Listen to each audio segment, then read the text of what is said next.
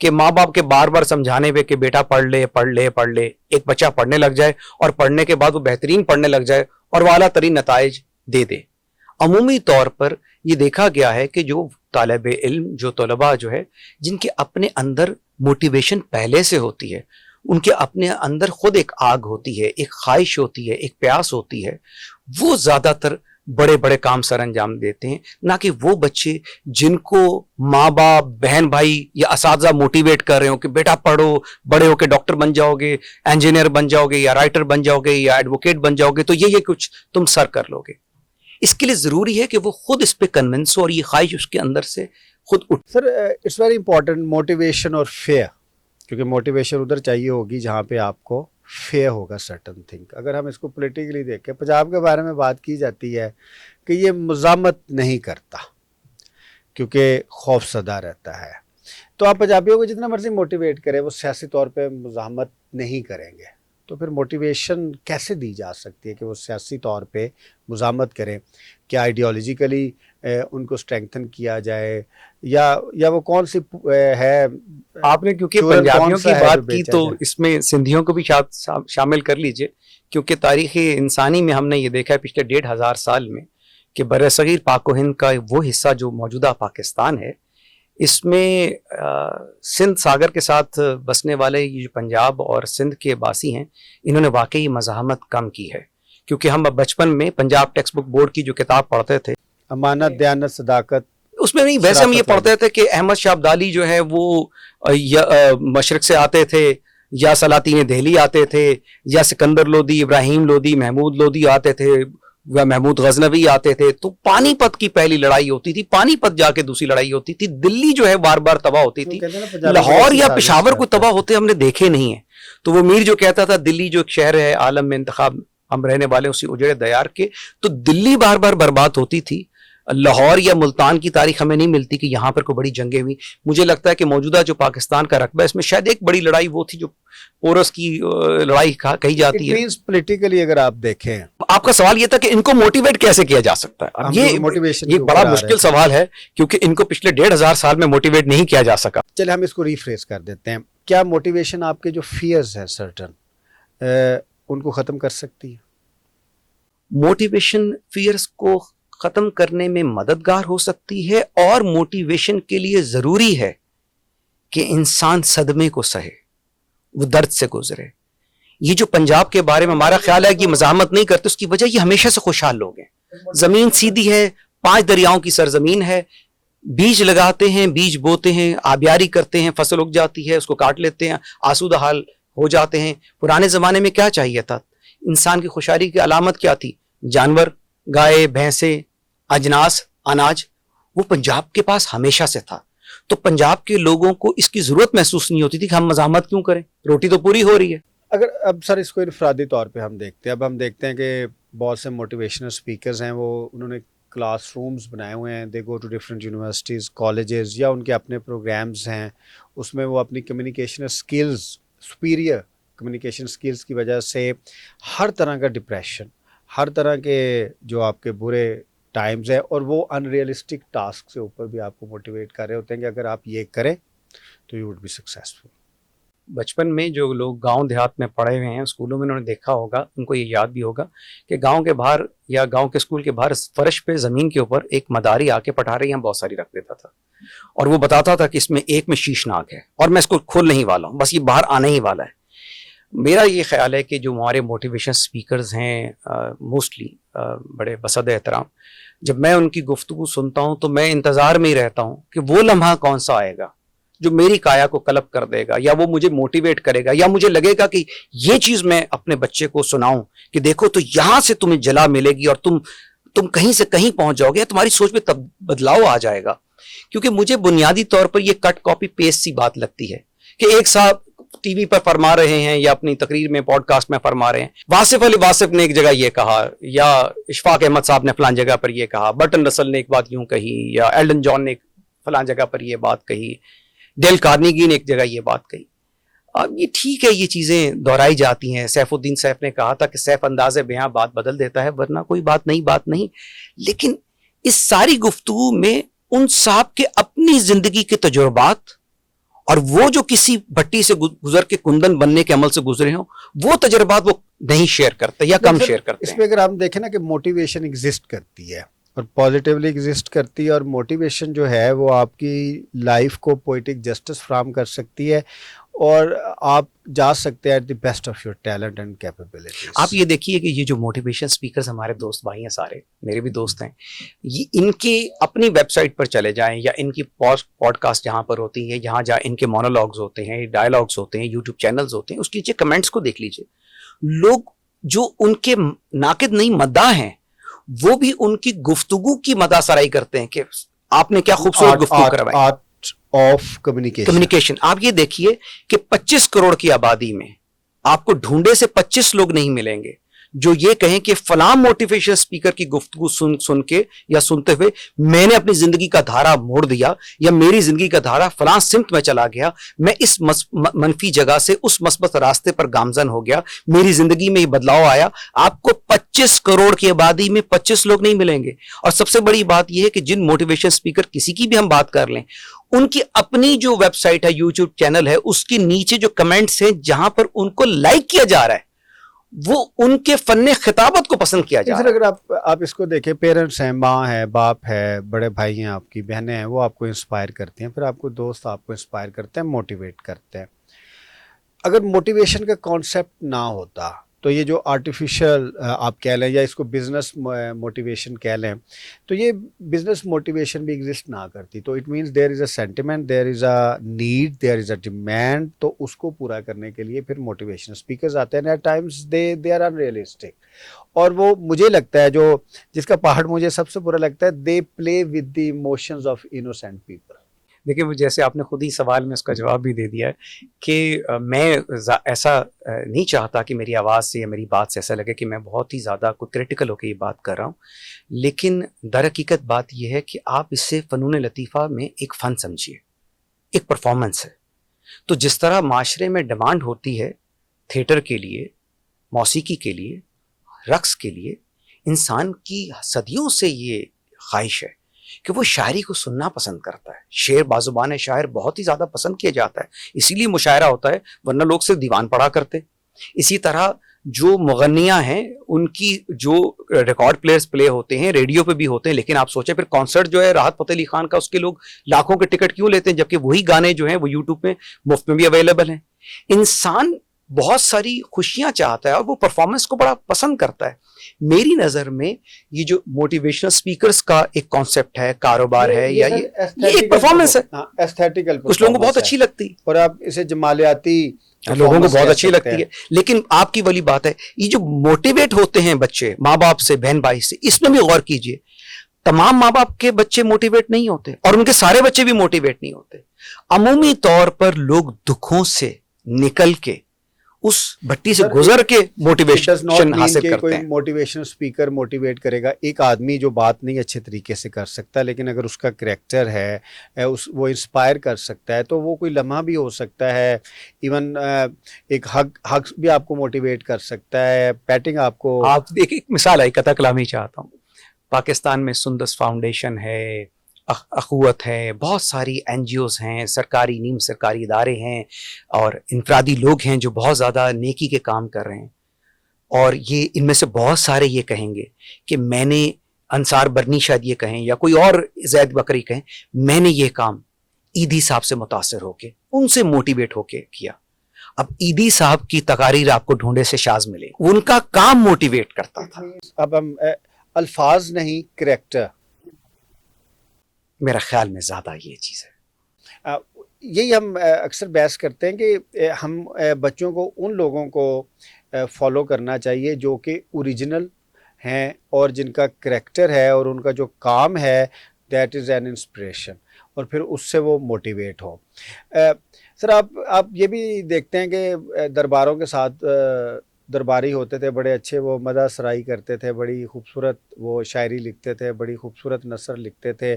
ان کا آبجیکٹیو ہوتا تھا کہ بادشاہ کی جو ایستھیٹیکل سینس ہے اس میں, اس کی جو پلیجر ہے اس میں ان کا کوئی